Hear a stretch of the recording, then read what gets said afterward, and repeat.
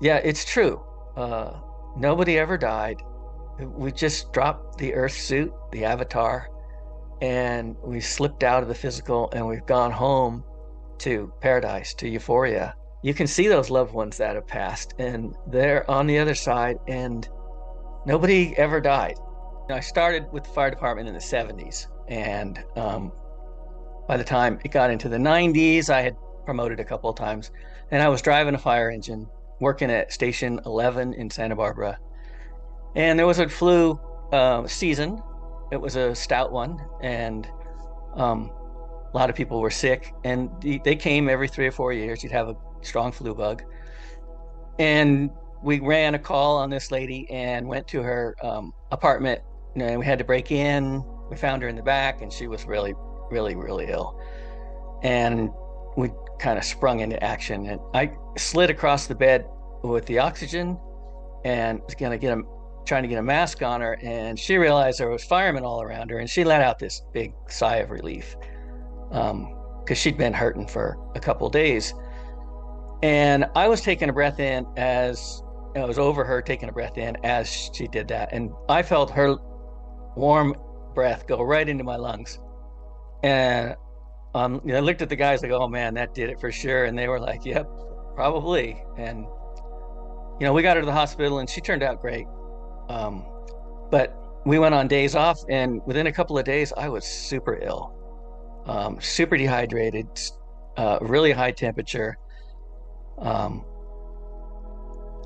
I couldn't get a pulse at my wrist, so I knew my blood pressure I wasn't going to be conscious much longer once you get below 80 in 70s with a systolic. And my heart rate was just racing, trying to make up for the lack of perfusion.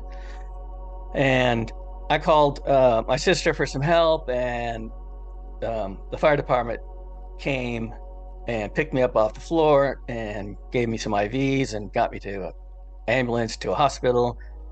And when we got into the emergency room, there was a lot of people there, and they were pretty overloaded, and they were trying to just stay ahead of the flow. And so they were giving everybody something to help, kind of a generic thing across everybody. And I got this synthetic morphine stuff and this anti-nausea drug. And my blood pressure was really super low. I was feeling better because I had a couple of IVs, but there was still a problem. And those opiates, what they do is they vasodilate your system. They open it wide open. And so when my system opened up, the volume, relative volume dropped, and I had no blood, going to my brain, and I just keeled over. It was almost instant. And my wife was there, and she said that really freaked him out. And they came in with Narcan, and she started writing things down. And they Narcaned me 3 times and got me in started more IVs, got me in a head down situation, and got me up to intensive care. And she said they couldn't get a blood pressure. It was 40/0 was the best they saw.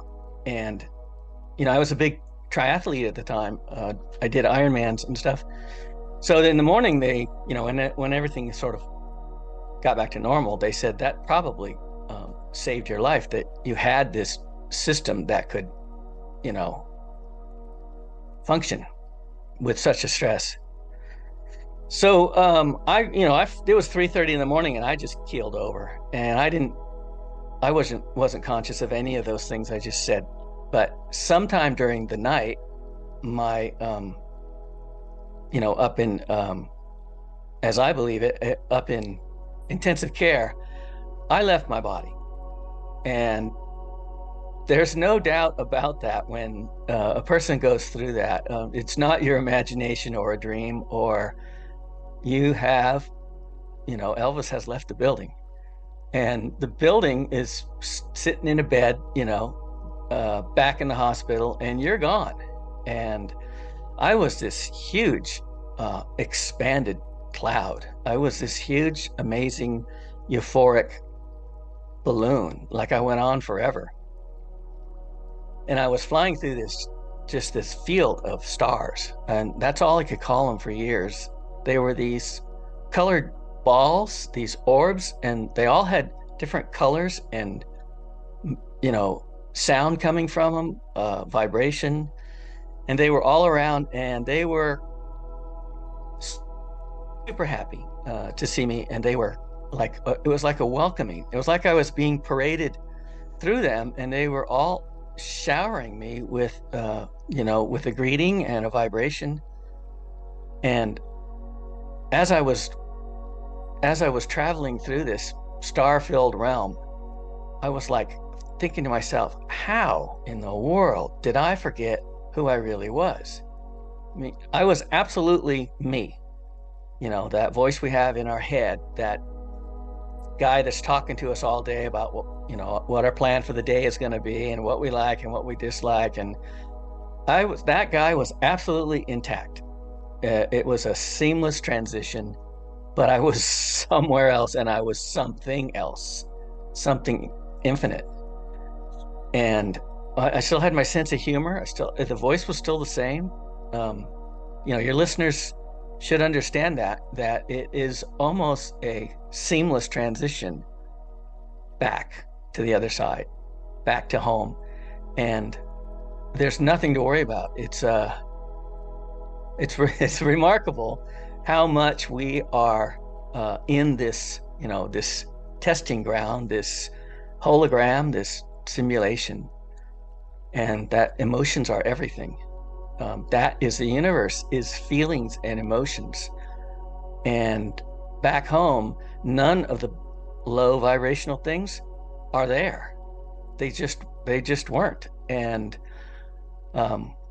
everything that I thought about Bill Letson, and I knew full well that I had been pretending to be this dude.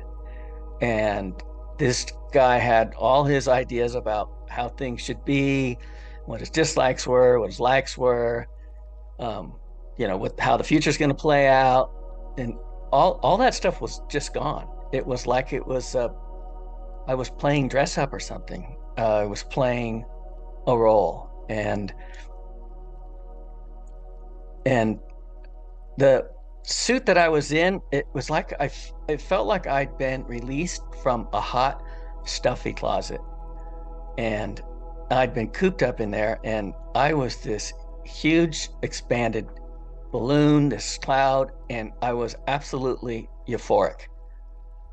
It felt like honey was running through my brain and down every nerve, and it was just a standing wave of ecstasy. That's how good it felt. And this words like nirvana and things like that's what we have to look forward to. Let's just say that's where we come from, and we come here to be tested, to be tested in those low vibrational emotions that collectively we call fear. Things like anxiety and anger and jealousy. And there's a big long list of them, but they stay here, and they don't exist where we come from. And we come in here to take a ride in the spook house with those emotions and to see what we learn from them.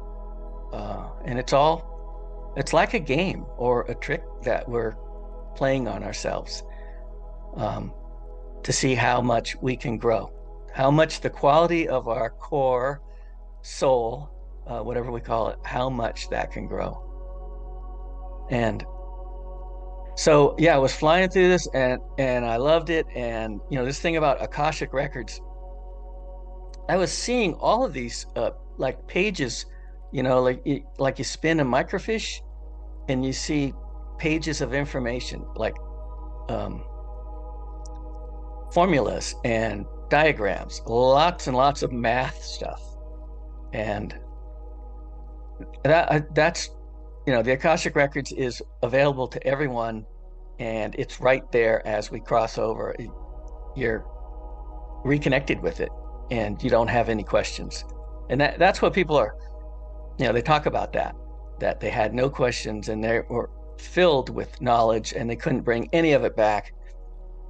and that's all by design. So I was flying along, and I was just absolutely stoked. There was no way I was ever going back. That was, I couldn't believe it. And then all of a sudden, like I changed dimensions, and I went into something that was a little more dense. And I found myself in a place that was solid.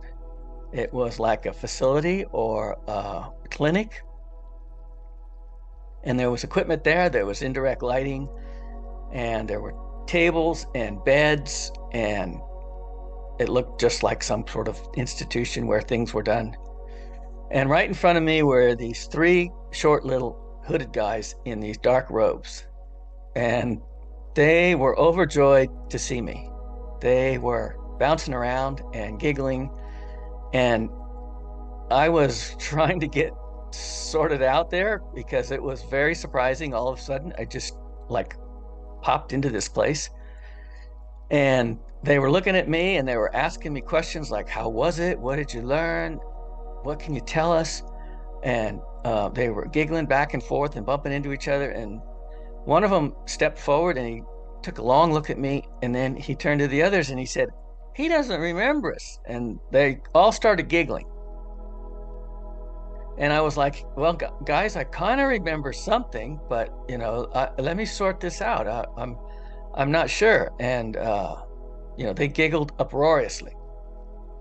And then there was this other guy, and he was in the background at first, and I've described him as so many different ways, but he was like this tall, wispy guy, and he was like this spinning energy, like if you took a glass of water and spun it and then looked at the side at that spinning vortex. He was like this spinning vortex guy, and I've called him a trimmed down Gumby and a walking stick insect. But it was like I was looking at somebody underwater, and this spinning vortex, it was all these different vortexes connected. And when he moved, they kind of separated. The top would move first, and then the bottom would catch up. And I got this water thing. I do this structured water thing, and I have it sitting out in the sun, and it's a big glass thing, and I spin it, and that vortex that creates, it comes and goes, and it looks exactly like that. So, and he was really cool. He had this humongous smile from ear to ear. It was almost like it was too big for his body, and he had these bright eyes, and he came forward, and you could tell he was chuckling, and I was looking at him like, well, who's this guy? And as he got closer, the love that was coming off of this being was so powerful that I felt my chest just expanding, like you're watching a movie with the dog is reunited with the child, and my throat got tight, and I'm like, I'm gonna fall down on my knees and cry uncontrollably.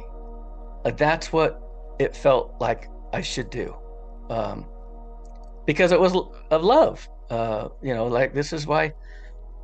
And I never really knew this, but this is why women, are crying at weddings when the youngsters are getting married, and from love, and the guys are all sitting there going, well, what's the story? But the feminine energy is more connected to that creation, to that emotion of love. He came forward, and there was some back and forth. Every time I said something or said something, I guess that's the best we can say. People get hung up on this. You didn't have a mouth, or you don't have eyes. And it's like, no, you don't. But you don't know that. Most people don't even realize they've crossed over. If you listen to these NDEs, a lot of them, it's well into it. Everything was perfectly normal. So I said a few things, and he chuckled at everything. And I could feel his chuckle, his laugh. I could feel it was inside of me. It was a part of me.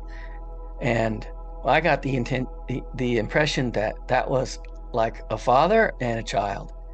And he loved his child uh, immensely and unconditionally. And we're connected to that father figure. We have lots of names for it. Humanity's tried to explain it, but a higher version of us or a greater being, I don't know. But it's a real thing. And so at one point I said, there wasn't much going on. It wasn't very organized at all. The three little guys were entertaining themselves and bopping around and giggling. And then the tall, wispy guy he was watching them and he was watching me and he was just chuckling and everything was absolutely cool. So at one point I said, well, I'm not going back where I was. And eventually I got to move away, move on from this place. And, I had already experienced that heavenly realm, those orbs, those stars.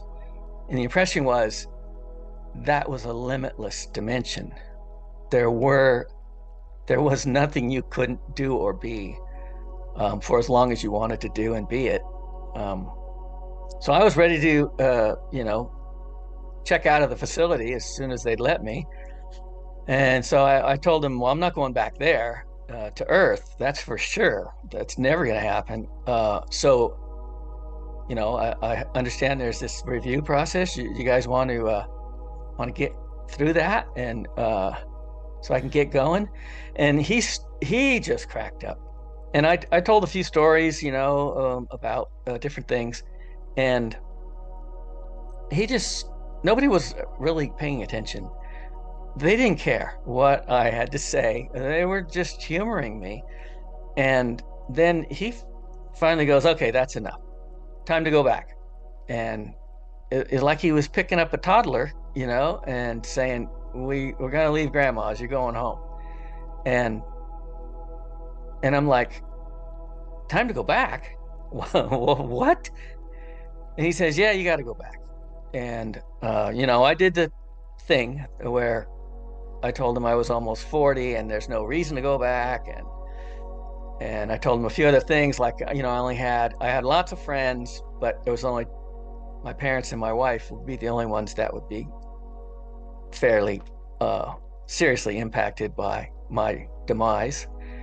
But I told him they'll get over it. They're strong people. And then he goes, no, you're going back. And the place just started breaking up, just like I was being beamed out of there. Like Star Trek, the transporter. It's like everything just started dematerializing. And I dropped away into darkness.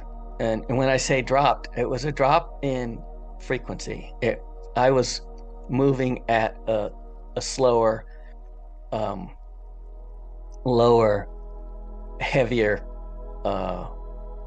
vibration.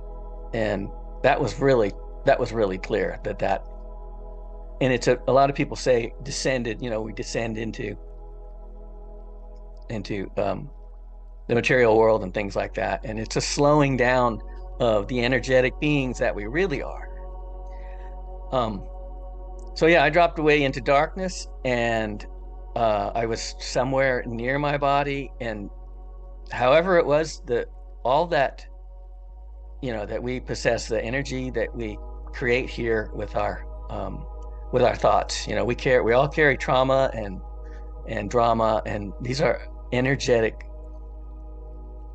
entities or beings, or they're energy that sticks to us. And as I went through that, or it was the heaviness of this realm, but it was someplace you didn't want to be. It was lonely, and it was dismal, and it was heavy, and you absolutely didn't want to be there.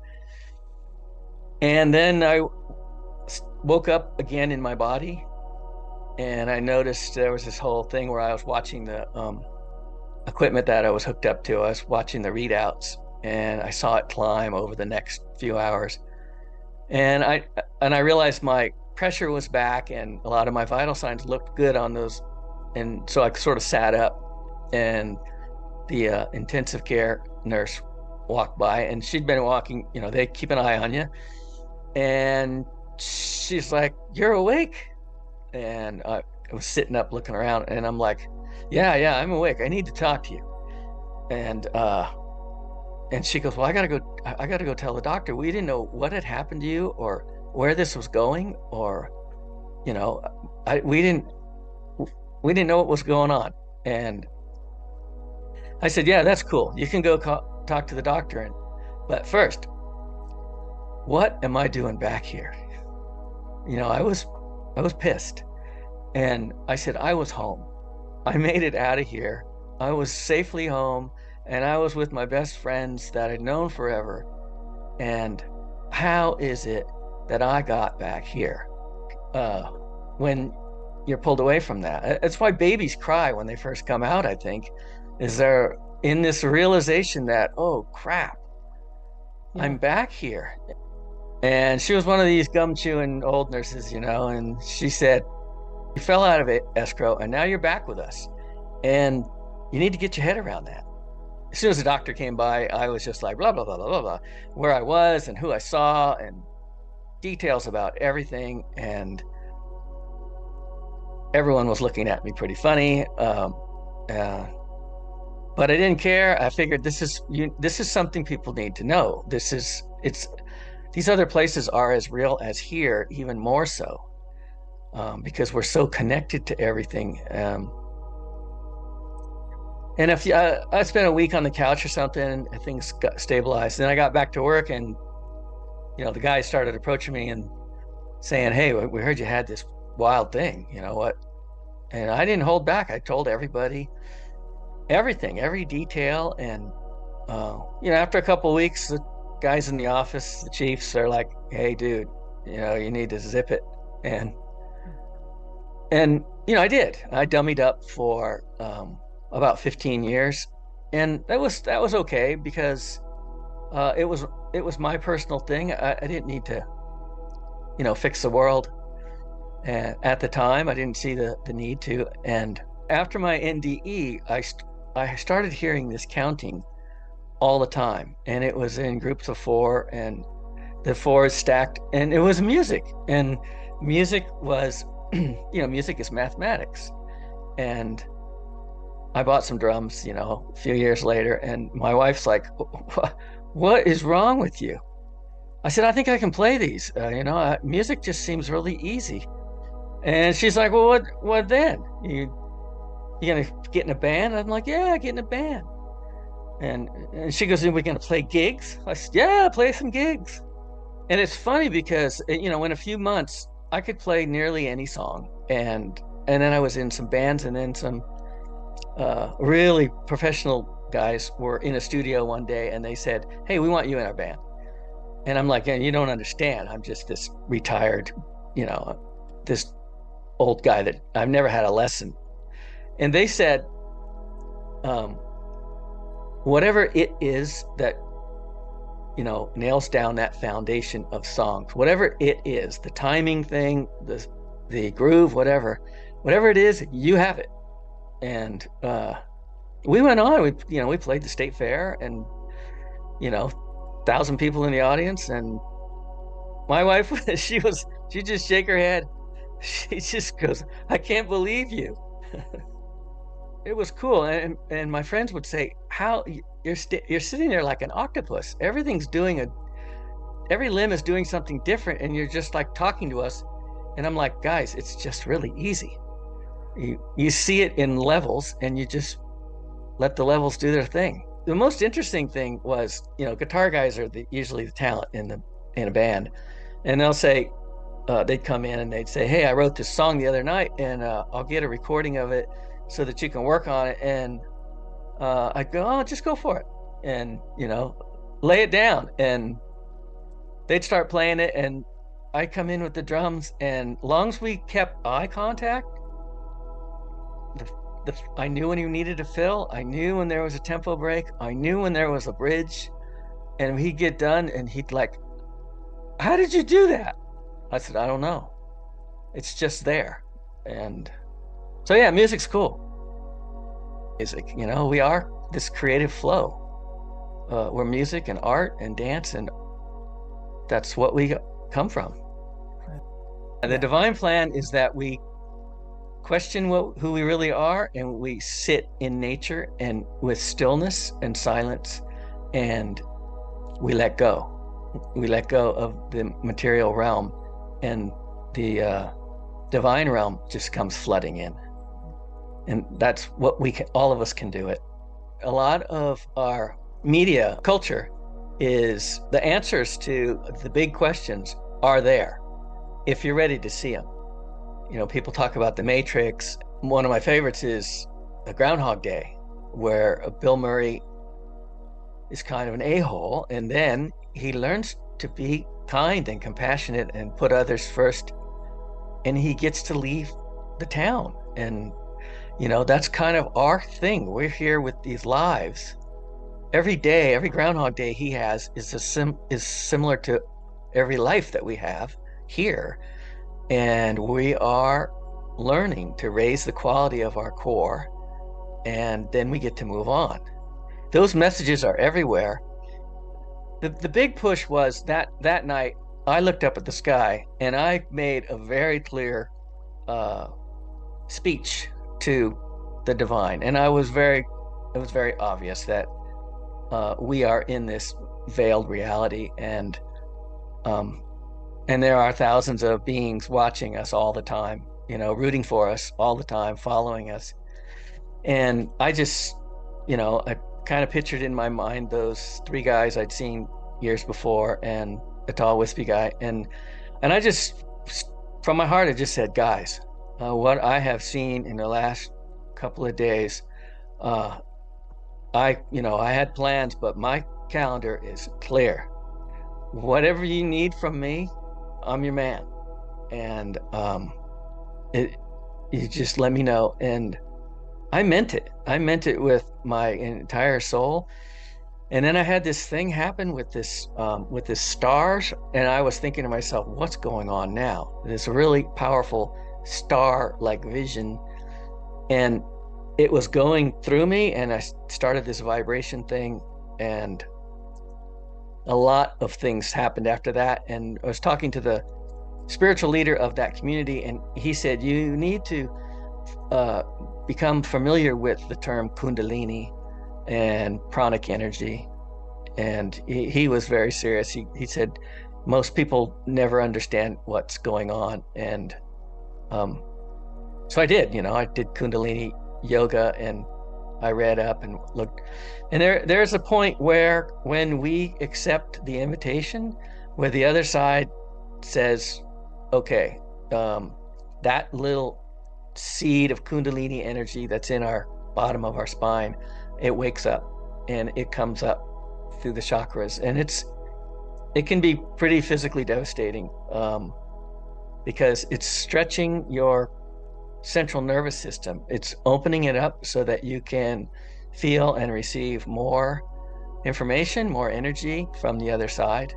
And that's what's been going on with me. And ever since that night, I was like, I'm on your team. I work for you. Yeah, it's true. Nobody ever died. We just dropped the earth suit, the avatar, and we slipped out of the physical, and we've gone home to paradise, to euphoria. You can see those loved ones that have passed, and they're on the other side, and nobody ever died.